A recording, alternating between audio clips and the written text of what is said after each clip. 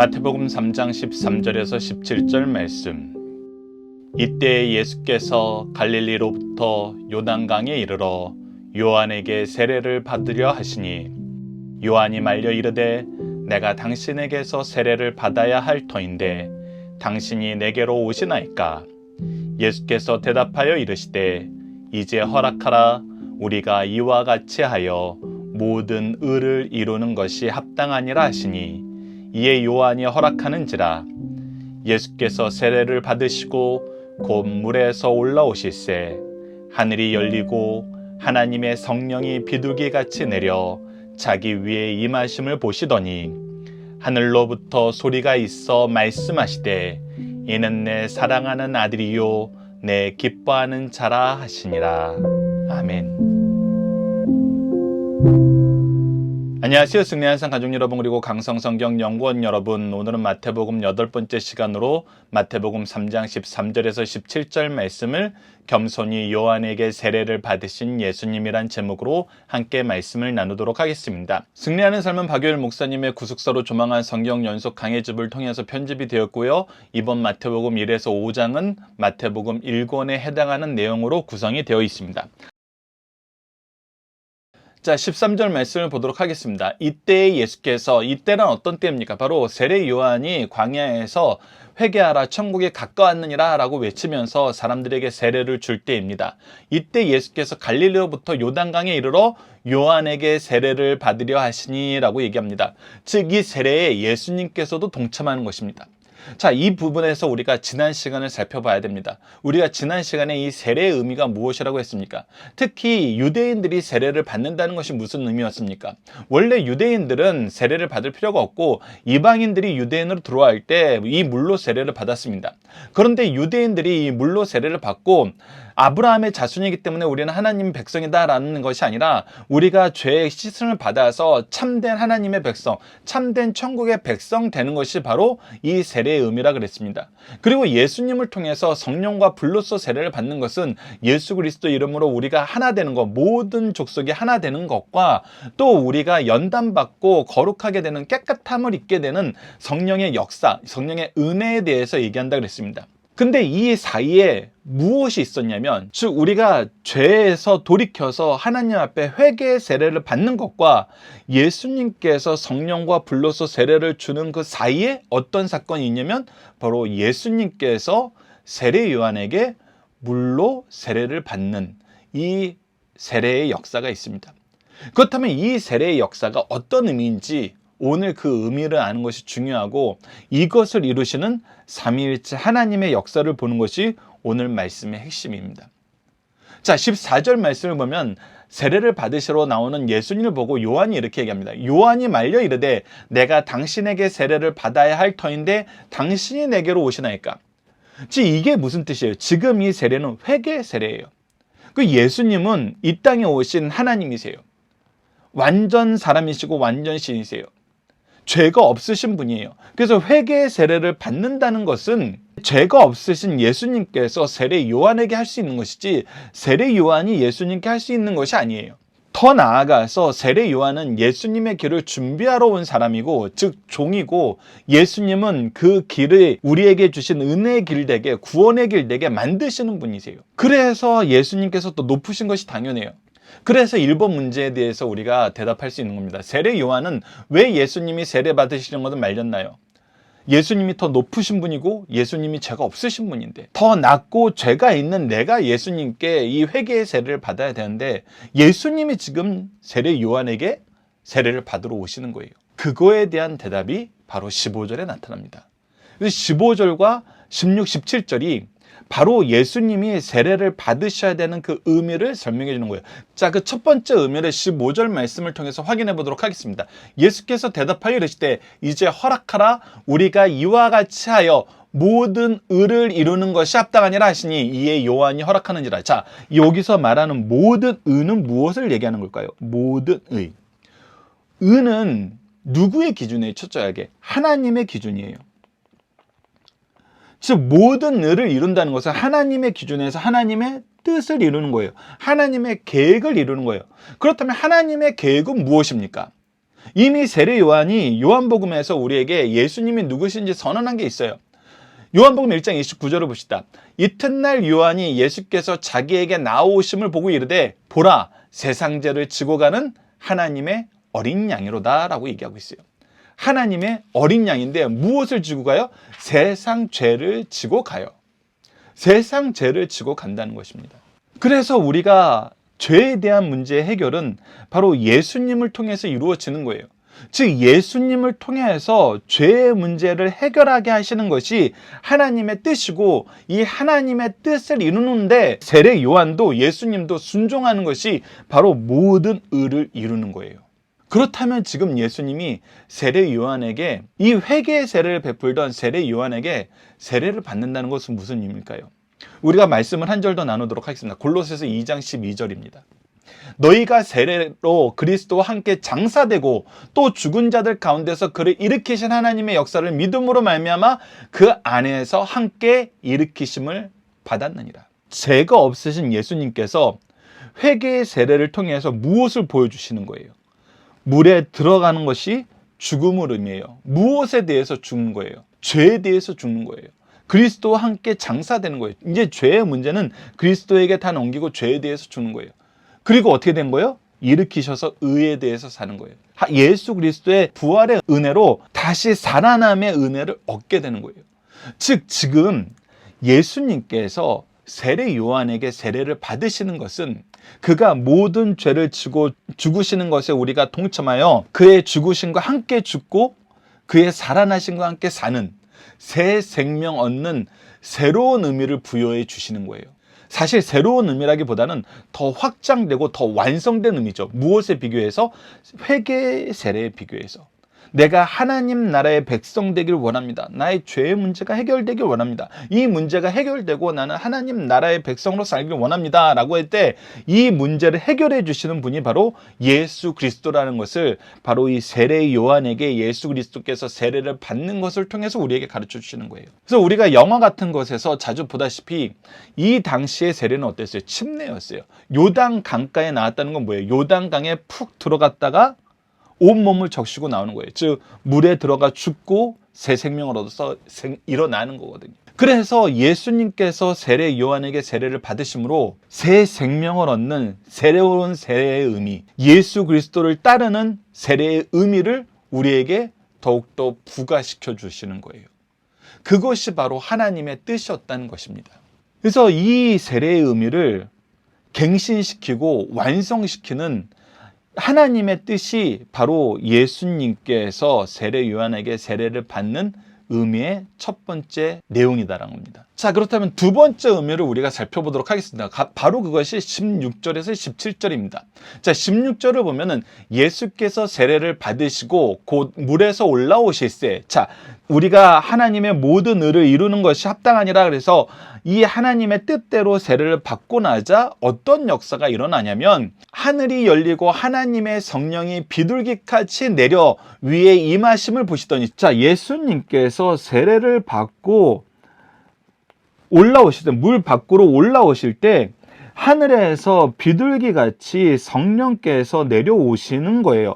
그래서 예수님이 계시는 이 장소가 어떤 장소가 된 거예요? 성령의 임재하심을 우리에게 직접 목격하게 하시는 첫 번째 장소가 되는 거예요. 근데 거기서 끝나는 것이 아니라 17절을 보면 하늘로부터 소리가 있어 말씀하시되 이는 내 사랑하는 아들이요 내 기뻐하는 자라 하시니라 라고 얘기하면서 하나님께서 말씀을 주세요. 지금 이 역사가 어떻게 되냐면 성부와 성자와 성령의 역사가 지금 이 역사를 주관하고 있음을 우리에게 보여주고 있어요.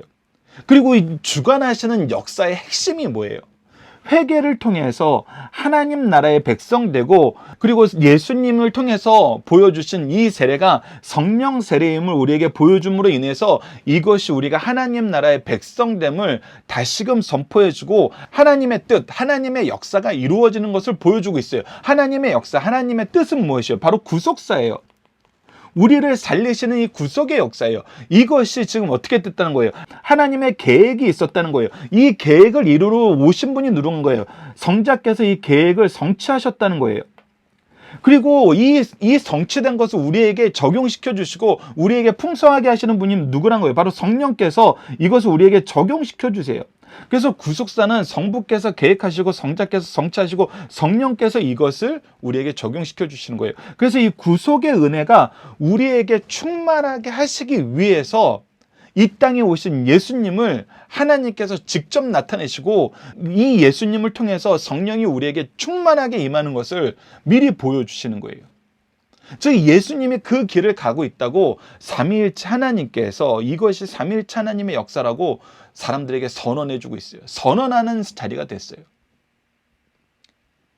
그래서 세례 요한에게 세례를 받는 이 모습은 첫 번째 하나님의 뜻을 이루어서 우리에게 새로운 세례의 의미를 가르쳐주는 것, 죄에 대해서 죽고 의에 대해서 다시 사는 이 역사를 보여주는 것이고, 두 번째는 이것이 삼위일체 하나님의 구속의 역사로 우리가 이제 세례를 통해서 하나님 나라의 백성됨을 우리에게 모든 사람에게 알려주시는 거예요.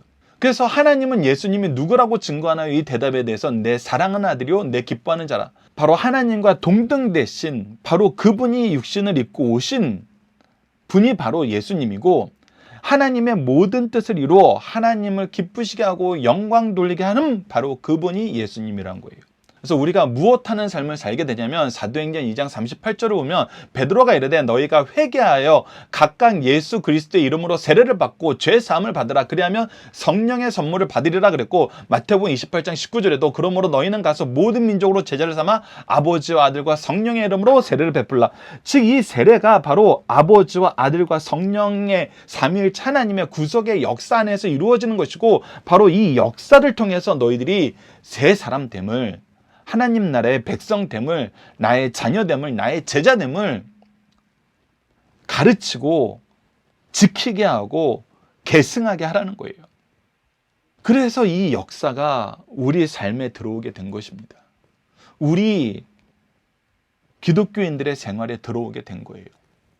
그래서 이 세례를 받는 것은 너무나 중요하고 너무나 놀라운 의미가 있는 것입니다.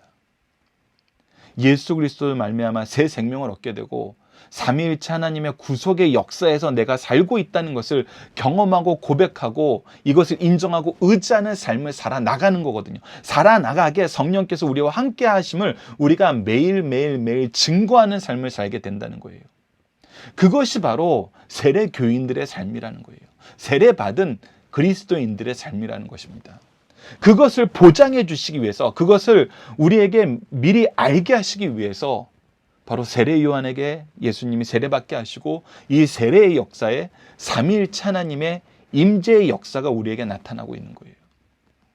우리도 이 일에 동참하여 삼위일체 하나님의 임재의 역사, 이 구속의 역사의 주인공으로 살아라. 구속사의 능력 있는 일꾼으로 살아라.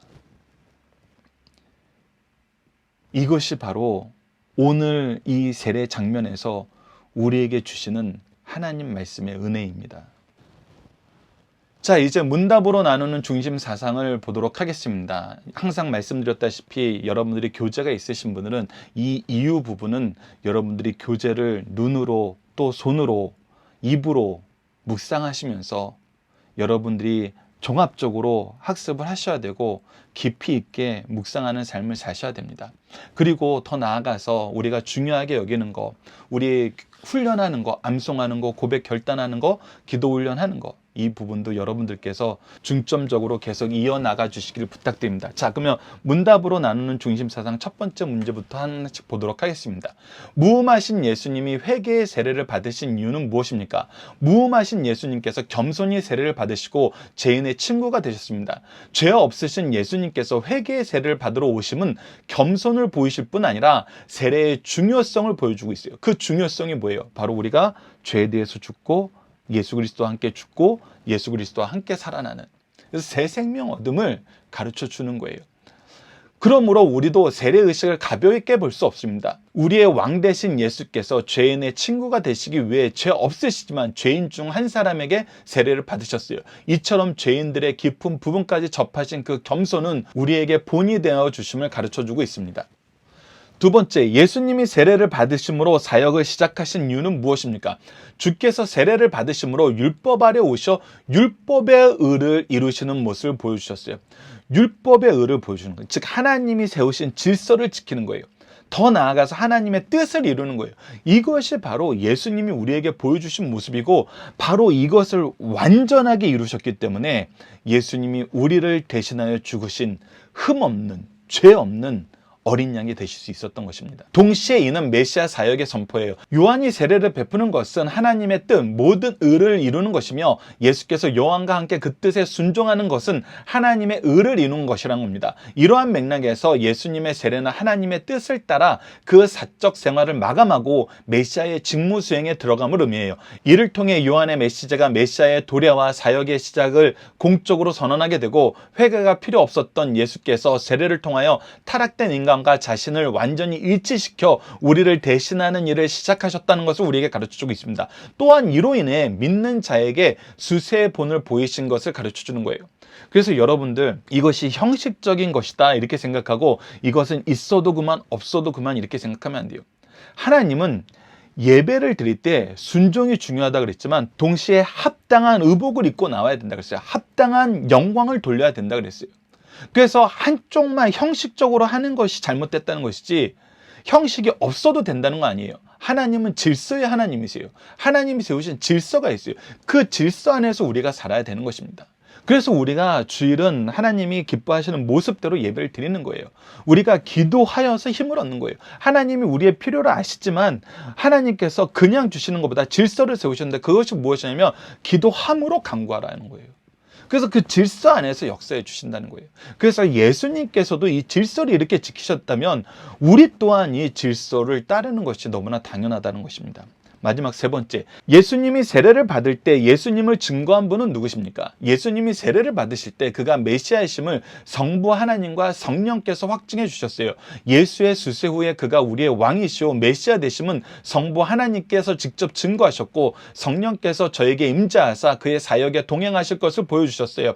예수님의 세례는 요단 강변에서 성삼위 하나님의 성스러운 회후를 인간들에게 직접 보여주신 놀라운 광경이에요. 이제 예수님께서 우리의 왕 되심은 더 이상의 증거가 필요 없습니다. 이처럼 예수님의 세례 받으심은 왕 되신 그분의 주권적인 통치에 모두 순복할 것과 예수님과 성도들의 역사도 비둘기 같은 성령의 온유함과 순수성으로 성취될 것을 우리에게 가르쳐 준다는 것입니다. 이 삼위일체 하나님께서 예수님이 이 땅에 오신 우리의 왕이요 하나님의 모든 뜻을 이루실 아들이며 기뻐함을 받은 분이라는 거 선언하였고 이제 우리는 예수님을 통해서 예수님처럼 이 삶을 살게 된다는 거예요. 예수님 따라서 예수님처럼. 이것을 우리가 기억했으면 좋겠습니다. 자, 암송 고백 결단 기도 훈련 시간입니다. 우선 첫 번째로 암송입니다. 오늘 암송할 말씀은 마태복음 3장 17절입니다. 하나님께서 예수님에 대해서 직접 증언하신 이 말씀. 하늘로부터 소리가 있어 말씀하시되 이는 내 사랑하는 아들이요 내 기뻐하는 자라. 이 말씀 여러분들이 꼭 암송하시고 여러분들에게 자주 말씀드렸던 것처럼 여러분들께서 복음을 전하기를 원하는 민족이 있고 상황이 있다면은 그 나라 말로 혹은 우리가 언제 어디서 어떤 상황에서 말씀을 전할지 모르기 때문에 최소한 영어로 우리가 이 말씀을 준비하고 기억하고 있어서 때가 됐을 때 하나님께서 우리에게 허락하신 그때가 올 때 우리가 복음을 전할 수 있는 준비를 합시다. 물론 먼저 우리 자녀와 제자들을 위해서 한글로 이 말씀을 외우는 거 너무나 중요합니다. 두 번째는 믿음의 고백 결단 시간입니다. 다음과 같이 고백해 봅시다. 이것은 바로 구속사에 대한 정리입니다. 성부께서 계획하시고 성자께서 성취하시고 성령께서 적용시켜 주시는 구속사를 통해 하나님의 의를 선포하고 누리자. 이 구속사의 은혜를 받은 우리를 하나님께서는 증인으로 세워주셨습니다. 그래서 이 구속사를 통해서 삼위일체 하나님께서 우리에게 주신 하나님의 모든 의, 모든 뜻, 모든 기쁨 이것을 우리가 먼저 누리고 선포함으로 더욱더 크게 누리자는 것입니다. 이것이 여러분들의 고백이 되고 또 여러분들 각자의 고백을 여러분들 책에 쓰시고 쓰신 것을 다시 보시면서 이 승리하는 삶이 여러분들의 신앙의 일기가 되고 신앙의 역사가 되길 기도합니다.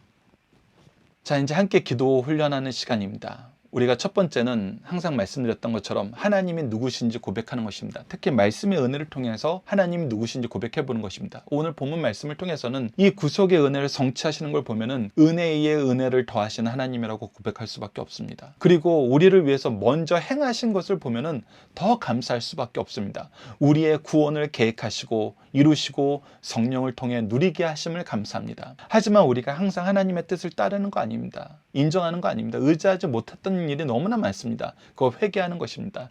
주의 의를 이루는 삶이 아닌 헛된 것을 추구하던 헛된 인생을 용서하여 주소서. 그리고 우리가 주의 뜻을 따라서 구속사의 능력 있는 일꾼으로 살 수 있도록 간구의 기도를 합시다. 예수 그리스도를 본받아 충성하며 헌신하며 끝까지 섬기는 삶을 살도록 도와주소서. 모든 것은 예수님을 통해서 이루어집니다. 예수님 이름으로 기도드립니다. 아멘. 감사합니다.